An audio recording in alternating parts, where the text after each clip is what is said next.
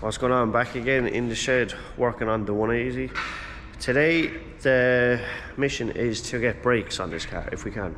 I'm presuming I have everything there. So the brake calipers on the front originally came with the car, and actually luckily enough nothing was seized, everything was working, sliders, everything. So the pads are still in it. I'm just leaving them in it for a minute. I'd rather just get everything working and I can change all discs and pads and stuff after. I'm currently sick today, so I'm just going to motor through this anyway. But a few parts have arrived, so I'll show you. So we got new braided brake lines from Drift Shop, Drift Shop.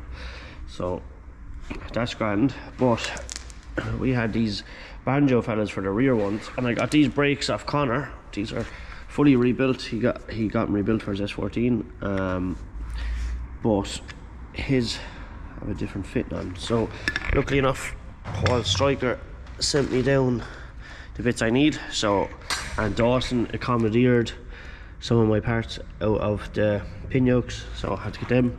And we lost 3 brake pads, so I had to buy new ones. So we have pretty much everything, but I just realised now that we're missing the actual bolts to hold the sliders, the actual bracket onto the car. So now I need to go find bolts that will make this work, or we need to go buy some.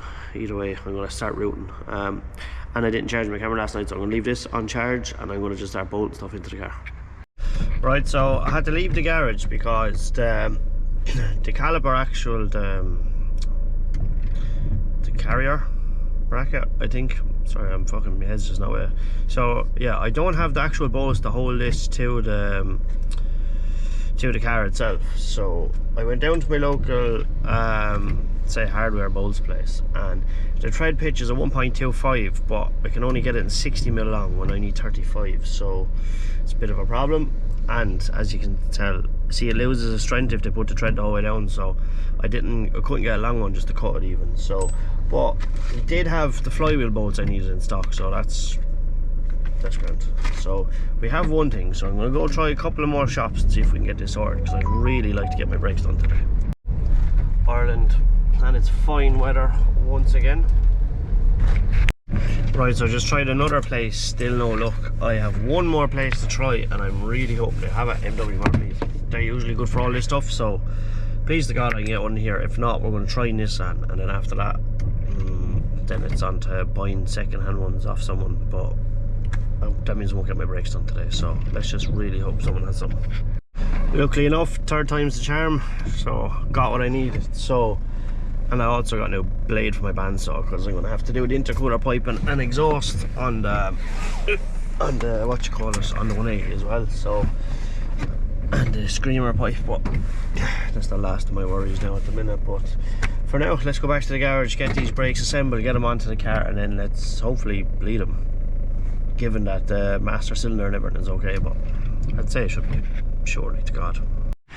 Right, so I have got the back calipers fully assembled with the lines in. Now, sorry about the light. Because these calipers are off an S14, the handbrake picker up yoke looks like it's different. So we're gonna have to try come up with something for that. I'm currently just doing the other side. We had to actually take back out the hub, because the shield on the back actually has 2 different hole centers, so that was wrong, so we couldn't get the slide in. And I'm now currently fighting with one of these clips. This is why I think A6 are the best car in the world, because we don't have any of these problems. They're just so simple, doesn't give me any bother. This is just fighting me. Right, so all brake systems now built.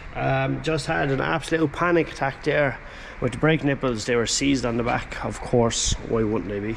So finally, now there's a problem with the handbrake cables, because they're S14 calipers, the cables won't really sit in, but I'm sure I can fabricate up something or buy something to fix that. But for now, we're going to run some fluid through it, and hopefully we might get some brakes going.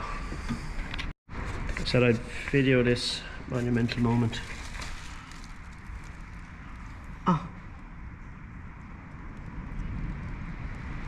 It's so satisfying.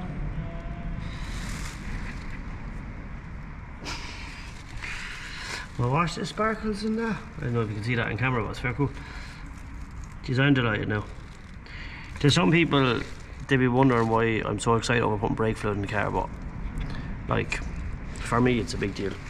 If the brakes work, it'll be even better, but at least there's fluid in it.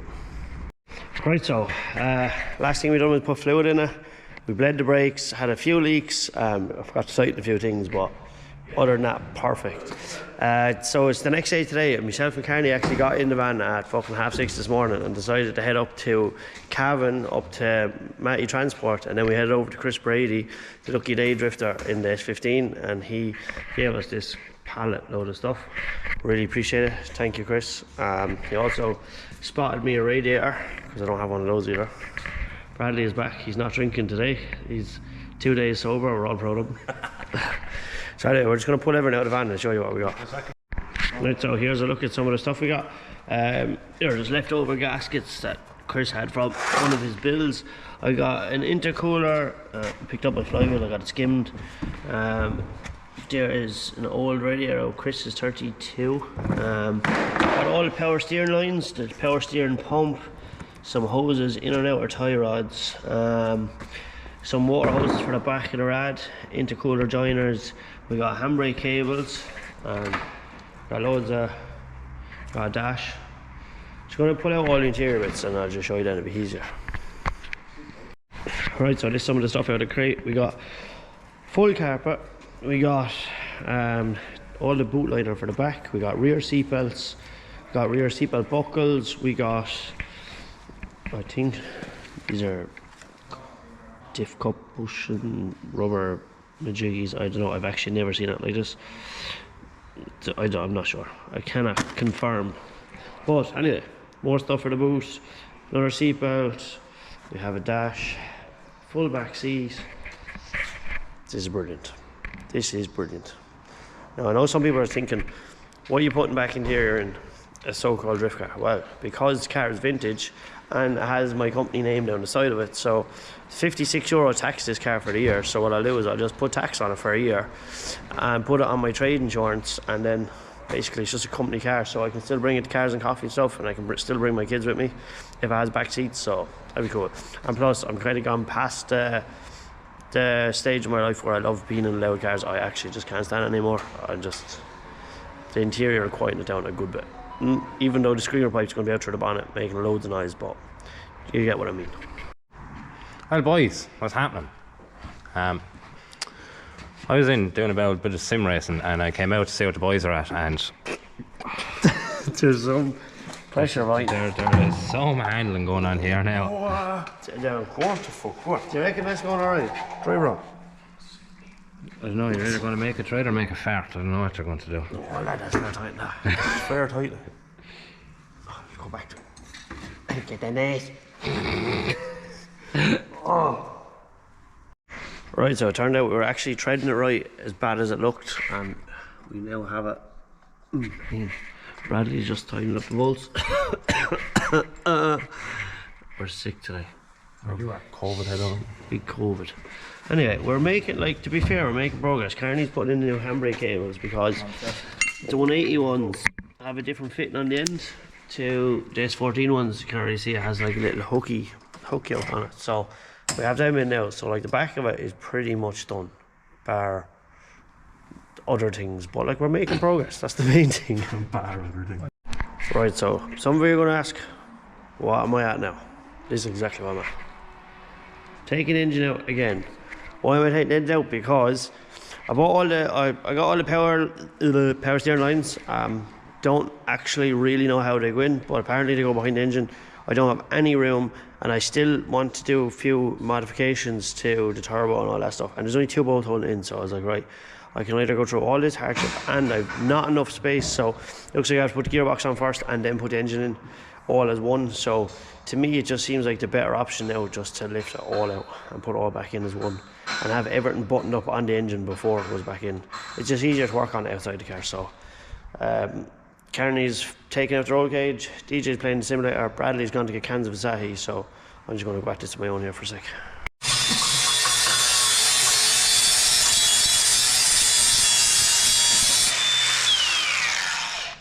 I know what you're thinking. Is this the glass off my clocks in the car? Yes, it is. Why? Because safety first. How'd that work? Right, not fuck cars. Right, so you might be wondering why we're going backwards with the videos and now we're suddenly stripping the car. So, yeah, a lot of the stuff I got don't fit, so we need to modify parts to get other parts in. So I took the engine out to get the. Do you mind? It's a hole. Sorry, Darryl, say sorry. Fucking cunt. Sorry, take two, because Darryl decided he wanted to have a conversation while I was recording. Anyway, I took the engine out to get the power steering lines in, and then the power steering lines wouldn't go in because the steering rack is moved forward, so now that doesn't work. So now I had to take the steering rack out to grind off some of the engine mount or subframe. I don't know what the fuck I was grinding. I was grinding something anyway. But hopefully it's all just going to work now. Right, so this is my inner tie rod removal tool made here at FitzFab HQ. What you do is you get a spanner that's the right size, you cut it off and weld it onto a socket, put that onto an extension bar and put that onto an impact gun. And I'm going to demonstrate how it'll work or else break Daryl's leg. One sec. On right, yeah, right? Give it a fucking...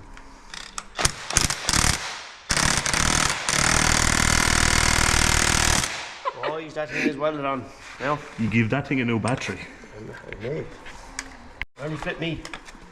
Right.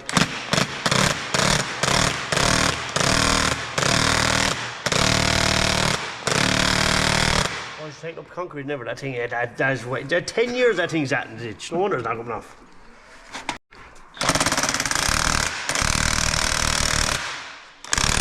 All I'm doing is moving the steering rack left and right. Right. I can see this will go flying now. Oh yes. And all fairness, wait now, press pause, press pause. Oh my god, it worked! I can't believe that worked. Crazy. Right, so get that in there. I'll teach you. What's the I'm going to try and put the steering rack in for the 1700th time. Yeah. And we're going to put the fucking... There's a lot of square and this video is so monetized. Anyway. I need to try and get in these power steering lines before I bolt in the rack, and I grinded away this. Actually, you didn't see it, the boys' video that. Yeah. I used the clocks off my 180 as safety glasses. Oh, nice. I'll watch back. Do. Hey, watch the video. Like, comment, subscribe. Sound.